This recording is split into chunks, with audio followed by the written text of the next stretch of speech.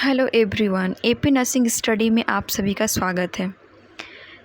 Guys, आज के session में हम लोग सीएचओ और जेएसएससी के लिए इम्पॉर्टेंट क्वेश्चन डिस्कस करने वाले हैं, जो कि एमपी सीएचओ 2022 में ये क्वेश्चन आ चुका है।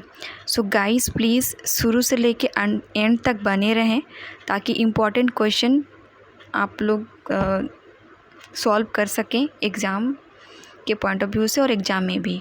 सो let's start first question.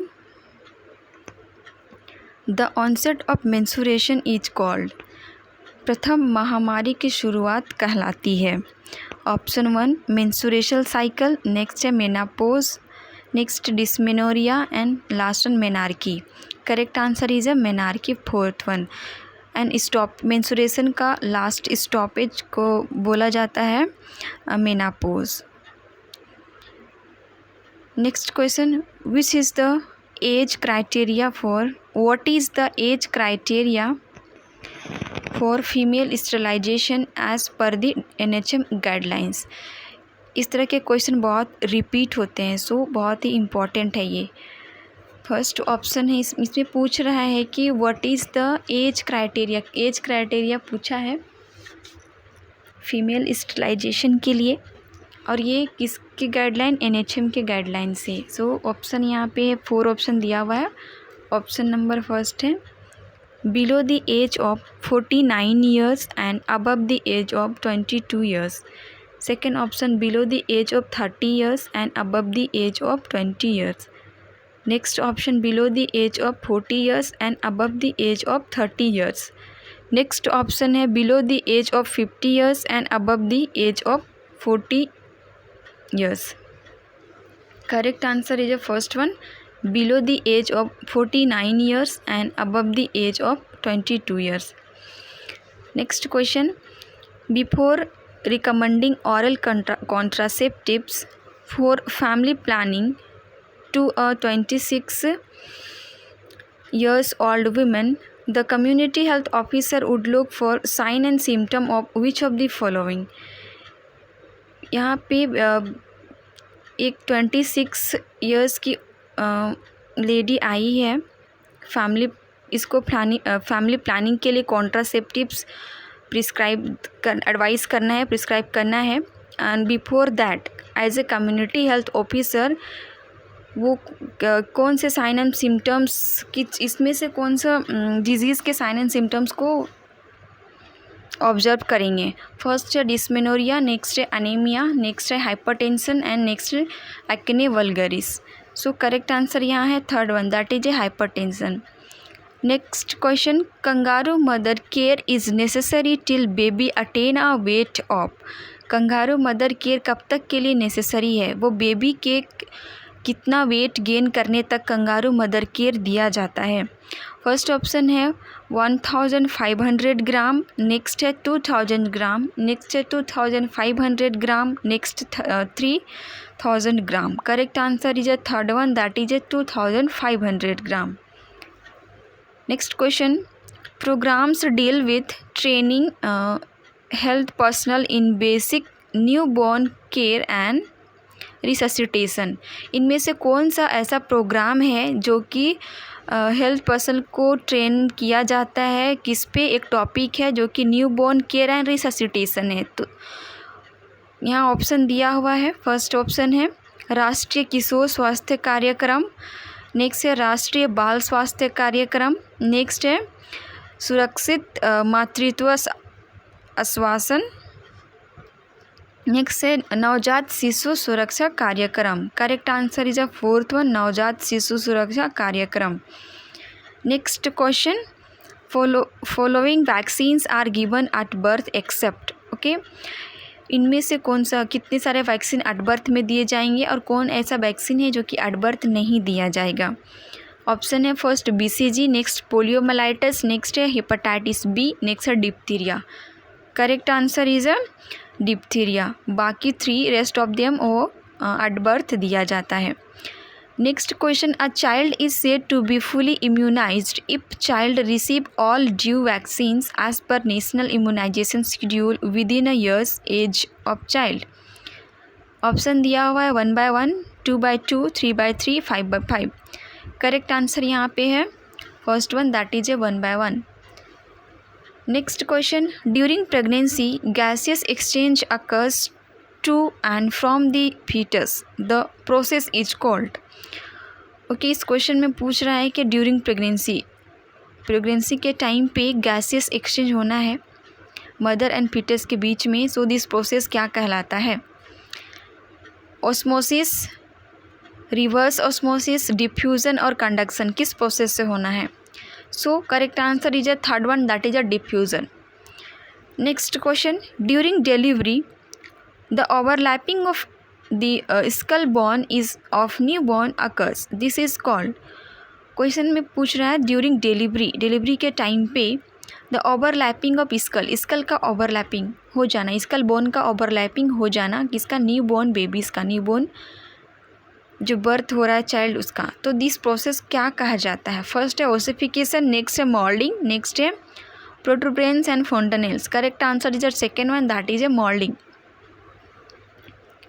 Next question, the muscular wall of the uterus is, first है perimetrium, myometrium, endometrium and ectometrium. Correct answer is a second one, that is a myometrium. ठीक है, तो वहाँ भी यूट्रस का layer होता है perimetrium, myometrium and endometrium. तो यहाँ पे मास्कुलर वाला पूछा, मिडिल वाला myometrium. Next, during antenatal period the blood volume of the women. ठीक है, एंटीनेटल पीरियड के टाइम पे द ब्लड वॉल्यूम क्या होना चाहिए? वुमेन का इंक्रीज होना चाहिए, डिक्रीज, या फिर रिमेन सेम होना चाहिए, या फिर decrease with gestation. Correct answer यहाँ पे फर्स्ट वन होगा, that is a increases. Next question, an antenatal women complains of excessive secretion of saliva, this process of excess secretion of saliva during pregnancy caused due to progesterone and HCG is called। First है हाइपरेमेसिस gravidarum, next है टालिज्म, next है nausea, next है morning sickness. Okay, सो यहाँ पे antenatal women complain करती है excessive saliva secretion के लिए, और ये जो सलाइवा एक्सेसिव सिक्रीशन हो रहा है वो क्यों हो रहा है? क्योंकि कौन कॉज कर रहा है? Progesterone and HCG। तो इस प्रोसेस को क्या कहा जाएगा? करेक्ट आंसर यहाँ पे second one, that is the talism. Next option, a fifth time pregnant women comes to the antenatal OPD, which of the following is an appropriate term that can be use to describe her pregnancy state. यहाँ पे fifth time pregnant women आई है antenatal OPD में, तो इस time को, इस state, pregnancy के इस स्टेट को, उसको कौन सा टर्म दिया जाएगा? फर्स्ट है मल्टीग्राविडा, नेक्स्ट है फर्स्ट है मल्टीपारा, नेक्स्ट है मल्टीग्राविडा, नेक्स्ट है grand multipara and grand multigravida. Correct answer is a fourth one, that is a grand multigravida, क्योंकि ये प्रेगनेंसी होने से आ रही, वो फिफ्थ टाइम प्रेगनेंसी के साथ आ रही है। Next question, which of the following is called as the gatekeeper of pregnancy.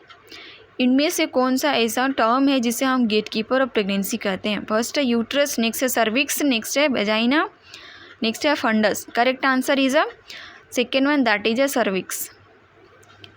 Next question, an antenatal woman had rupture of membrane at 34 weeks and does not progress to labor. Findings reveal oligohydramnios. Which of the following possible infection can occur? यहाँ पे एक antenatal women आती है, उसका 34 week complete हो चुका है, and इस वुमेन का क्या है, मेम्ब्रेन रैप्चर हो चुका है, बट अभी तक वो लेबर का प्रोसेस स्टार्ट नहीं हुआ है। एंड यहाँ पाया जाता है कि ओलिगोहाइड्रोमिनास, दैट इज एमनियोटिक फ्लूइड यहाँ पे डिक्रीज है कंपेयर टू नॉर्मल। सो इस वुमेन को कौन सा इन्फेक्शन हो सकता है? पेरिटोनाइटिस, एसाइटिस और कोरियोनोअम्यूनाइटिस और urinary tract infection. So correct answer is a fourth one, urinary tract infection होने का चांसेस होता है। Next question, a 38 weeks of gestation mother with cardiac disease delivered by normal vaginal delivery Which of the following medicine has to administer after the birth of placenta to avoid systemic hypotension and prevent hemorrhage? एक 38 weeks की gestation mother जो कि cardiac disease उनको हुआ है अभी and उसी disease से सफ़र करते हुए वो डिलीवर कर चुकी है बेबी को, और ये भी डिलीवरी कैसे हुआ है, नॉर्मल वेजिनल डिलीवरी हुआ है। सो उसको कौन सा मेडिसिन मेडिसिन एडमिनिस्टर्ड करना चाहिए आफ्टर प्लासेंटा के प्लासेंटा डिलीवर आउट होने के बाद, ताकि मदर को सिस्टमिक हाइपोटेंशन एंड हेमरेज से बचाया जा सके। यहाँ पे 4 ऑप्शन है। फर्स्ट है प्रोजेस्ट्रॉन, नेक्स्ट है prostaglandin, oxytocin and vitamin K. Correct answer that is a third one, that is oxytocin. Next question, at 37 week of pregnancy mother report of blood stain jelly like secretion, how will you interpret this finding? एक 37 weeks की pregnancy है, mother ये report करती है कि उसका secretion कैसे हो रहा है, blood stain jelly like secretion secrete out हो रहा है। सो इसको किस तरह से इंटरप्रेट किया जाना है? फर्स्ट है women is in early labour, women is having UTI, women is in second stage of labour, women is in third stage of labour. Correct answer यहाँ पे first one, that is women is in early labour. Guys इस तरह के question repeat होते हैं, इसके prior वाले question भी थे दिस वन, ये इस तरह के क्वेश्चन भी बार बार रिपीट होते हैं। Next question, A 50 years old patient diagnosed as hypertension is getting discharged from hospital. All of the following health education has to be given to the patient except। So 150 years old patient है, वो diagnose हो चुका था hypertension से and इस patient को hospital में admit किया गया था एंड अब हॉस्पिटल से वो पेशेंट डिस्चार्ज हो रहा है। सो यहाँ से कौन सा यहाँ जितने भी पॉइंट दिए हुए हैं इनमें से हम सारे हेल्थ एजुकेशन दे सकते हैं, लेकिन एक ऐसा होगा जिसको नहीं दे सकते हैं। फर्स्ट है reduce salt intake, stop tobacco use, take medicine regularly and restrict physical activity. Correct answer fourth one, restrict physical activity. तो इस तरह के हेल्थ एजुकेशन पेशेंट को नहीं दे सकते हैं। Next question, while using a metered dose inhaler all of the following has to be followed except. यहाँ भी एक्सेप्ट वाला क्वेश्चन पूछा है, इस तरह के क्वेश्चन आते हैं। फर्स्ट है सेक MDI before use, next coordination with inspiration should be done, hold the MDI sideway and hold breath for 10 seconds। Correct answer third one, hold the MDI sideway. ठीक है, तो ये एक्सेप्ट है, तो इस तरह का फॉलो नहीं होगा। Next question, impairment of heart function due to inadequate blood flow to the heart that is caused due to obstructive changes in the vessels supply blood to the heart is called।